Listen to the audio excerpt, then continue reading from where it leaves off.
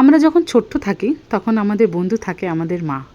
তারপর এই মা বাবারাই যখন আমাদের হাতটা ধরে স্কুলে ভর্তি করে দিয়ে আসে, আমাদের স্কুল লাইফ শুরু হয়, তখন কিন্তু আমাদের জীবনে সবারই একটা করে বন্ধু আসে।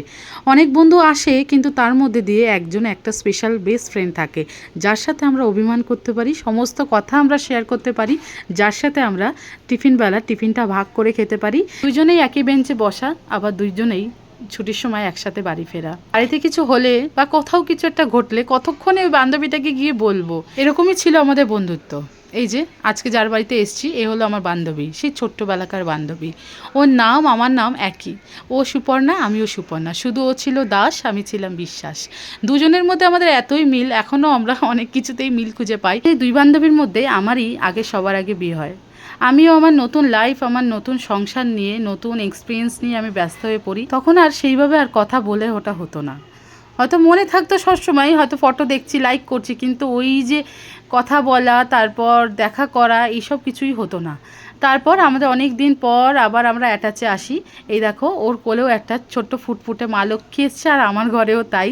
আমারও প্রথম সন্তান মেয়ে, ওরও তাই প্রথম সন্তান মেয়ে। ওর মেয়েকেই দেখতে গেছিলাম আমি, আমার মেয়েকে নিয়ে, আমার বরকে নিয়ে, আমার বোনকে নিয়ে। আজকে ফ্রেমটা কি অদ্ভুত না? এই দুজনে আমরা দুই বান্ধবী ছিলাম, স্কুলে যেতাম হাত ধরে।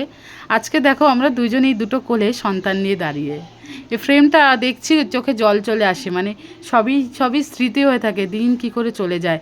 দেখো, ওর মেয়েকে আমি কোলে নিয়ে রয়েছি, আমার মেয়ে কতক্ষণে মানে ওর মেয়েকে কোলে নেবে। ওর মেয়ে তো ছোট্ট একটা পুতুলের মতো নরম, আর আমার মেয়ে কি বোঝে, ও ছোট, এই ফার্স্ট মানে এত ছোট একটা বেবি ও কাছ থেকে দেখলো। আমার মেয়ে তো ওর নাম ঠিক করেই গেছে, ওর নাম রাখবে মিষ্টি সোনা। আমার মেয়ে ওকে মিষ্টি সোনা বলেই ডাকে। ও যে কতবার আমার মেয়ে ওকে কোলে নিয়েছে, আসলে ও তো খুবই ছোট না। আমার তো খুবই ভয় লাগছিল, কারণ ও তো বুঝবে না একটা ছোট বাচ্চাকে কি করে আদর করতে হয়।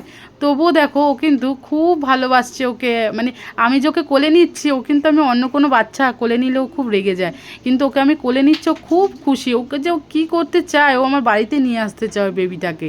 জীবনটা কীরকম না, আমরা এরকমই মেয়ে থেকে কখন মা হয়ে উঠলাম, আবার এরাই কখন আস্তে আস্তে বড় হয়ে যাবে, তখন এই আমাদেরই মাথার চুলে পাক ধরবে, তখন আমরা হয়ে যাব বুড়ি। আজকের ভিডিওটা এখানেই শেষ করলাম। যদি ভালো লেগে থাকে please like, share and subscribe করতে একদম ভুলো না।